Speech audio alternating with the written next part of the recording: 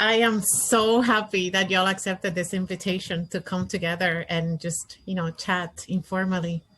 And while I invite everyone who is watching today to think about their questions for my guests here and put them in the chat, I want to take the prerogative of being the moderator to get the conversation started.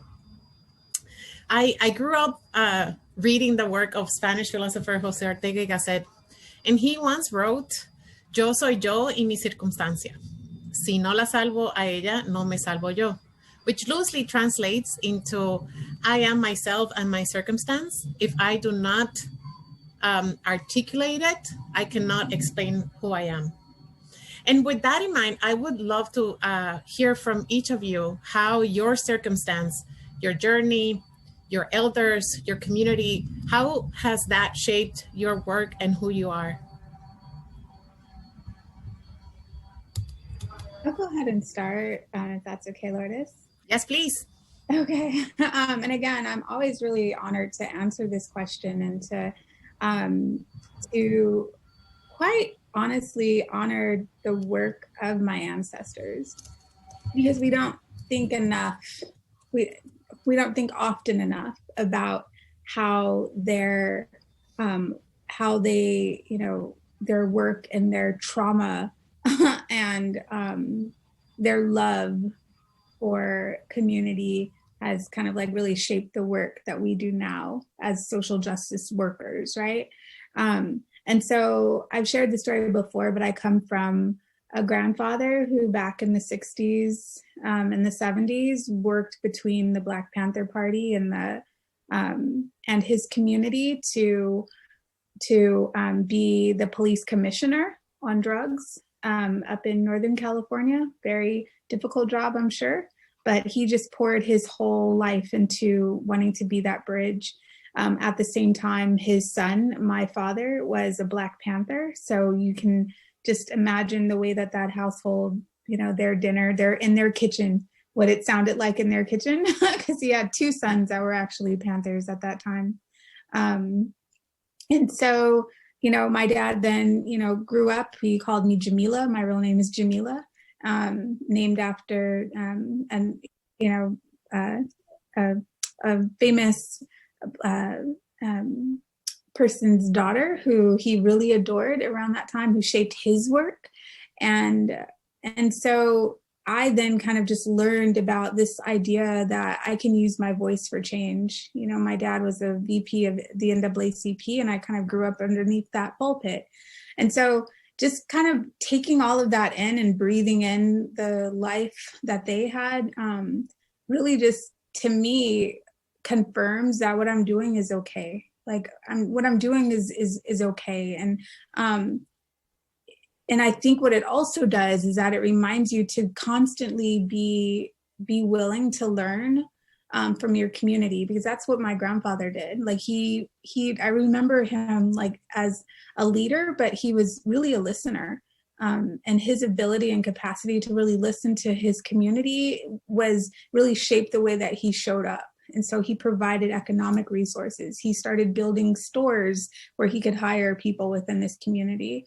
And so I believe that is really just my my invitation to continue to do this work, but to do it consciously and to listen, just to listen. I love the notion of listening. Roxanne, I'd love to hear from, yes, Arvind, please. I was inviting Roxanne, but if Roxanne wants to invite me back, I'll be happy to go. Sure, Arvind, that's fine. You can go. So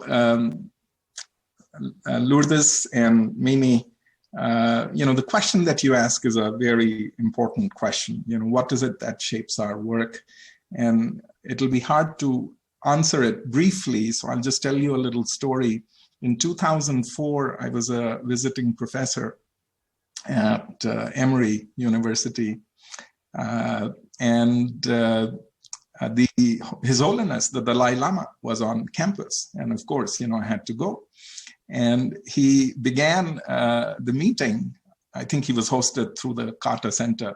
He began this meeting by said, whenever I come into a university as Emory, and I think he had just come to Emory from Stanford, where he gave a lecture, he said, I am always reminded of these beautiful campuses and edifices that we build to cultivate habits of the head.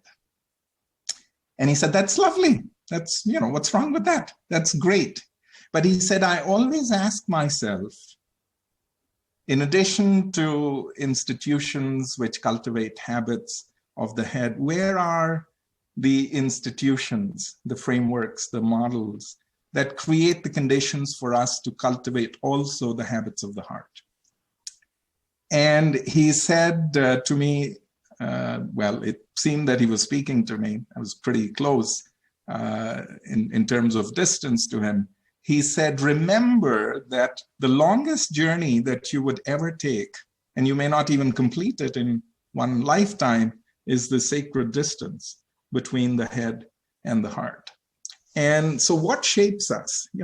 I've thrived in an institution of higher learning, but I think if you go back to Lao Tzu or Lincoln or Mother Teresa or Mahatma Gandhi, I think what distinguishes them is that they were able to connect the head and the heart.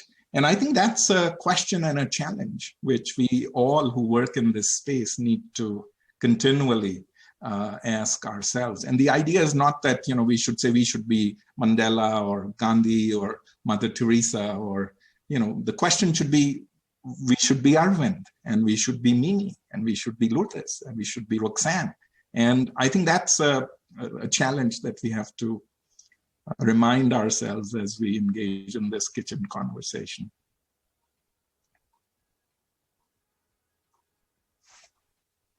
So thank you, Arvind, for that. For me, my journey, I think back to my elders, a grandmother who came from Torreon into the United States as a baby, really, as a child, who was orphaned because her parents died of, we think, TB. And the siblings were all sort of separated. One stayed in Mexico and the other two came to California. And the start of sort of the family was in a town called Tulare in central San Joaquin Valley in California. And that's where my parents, met and grew up and worked as farm laborers with their parents for a period of time. They were, of course, first generation, so I am the next generation. And growing up with them was, I think as we all get older, we hearken back to our family, system and marvel at what our parents were able to accomplish. But for my parents, they moved to Los Angeles, and my father was a commercial artist, but soon found that in his professional field, there was a lot of inequities for artists within the LA area. So he became actually a union organizer and began to organize so that particularly the artists who were Spanish speaking, who didn't have anyone to fight for them, would be seen and heard. And my mother was a public health nurse and spent all of her time really becoming a nurse after she had all three of us. I was a very independent soul. So when I turned 5, I said, I don't need you, Mom. I can walk to school on my own. And she set about getting her LVN and then her RN when I was in high school. So I watched both of them really be attentive to what was happening in the community. In my application to School of Social Welfare at UCLA, I wrote that my father used to take us to downtown LA and have us sit in a park and just see what was happening around us, see the poverty, see homelessness, but also see the beauty and the joy of the immigrants who were in that park. And it caused 2 of us, at least, to become social workers. And my other sibling, I think, really tries to create change in his profession as well. So, I mean, I remember, being a really feisty child.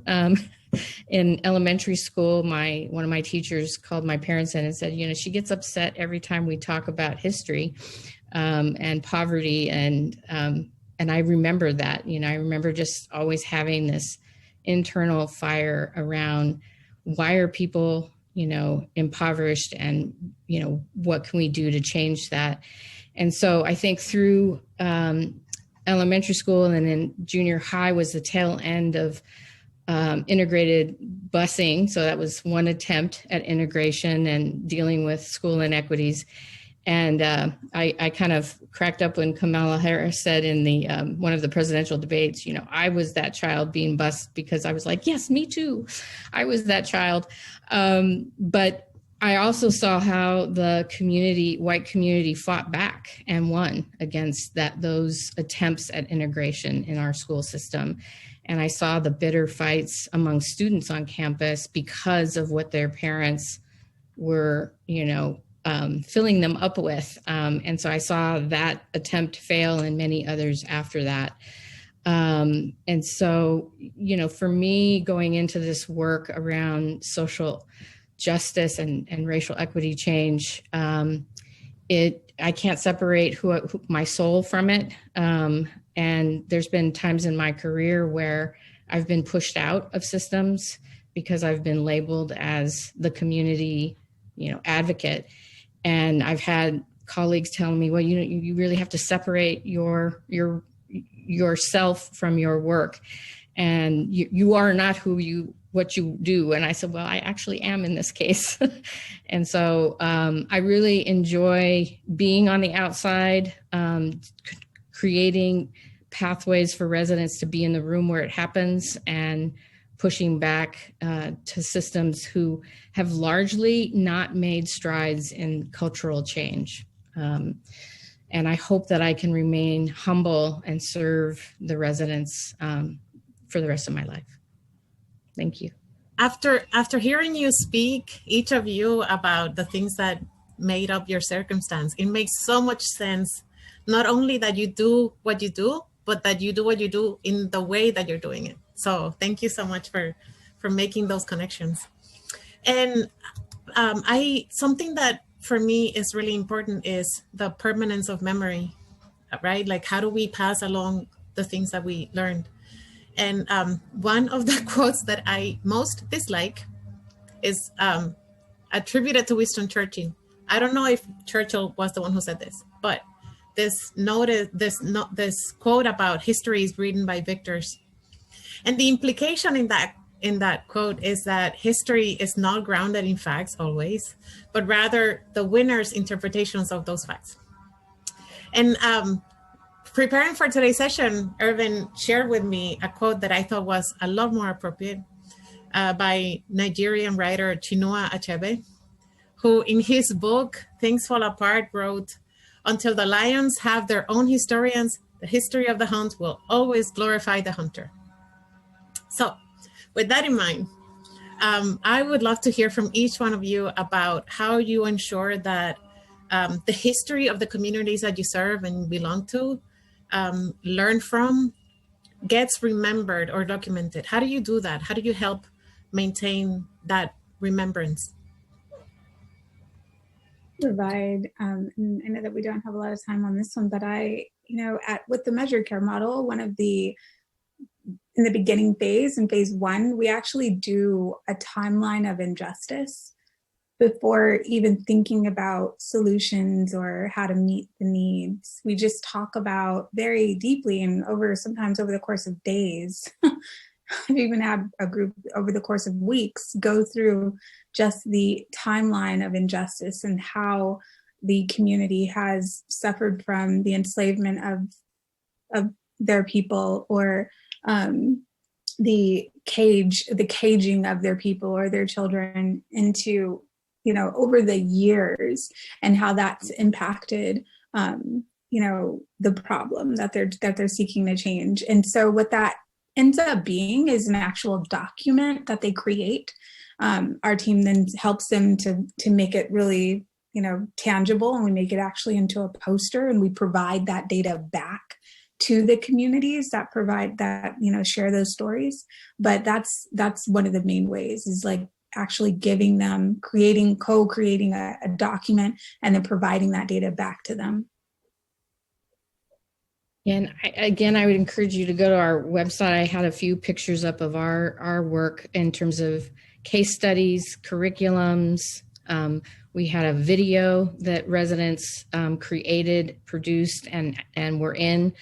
Having, like as Mimi is stating, having ways for them to message what they think is important. When we took the quality of life plan to a planning commission meeting, actually the county planning department said, "Oh, you don't need to go to a planning commission. We'll make sure the commissioners have your quality of life plan." And we knew that we had to go to a meeting and present it ourselves. And when the commissioners saw it, they said, "Wow, every unincorporated community should have a planning process like this." So I think creating the spaces for them to create their own documents, their own videos, their own messaging, and getting that out on the stage in our counties and cities.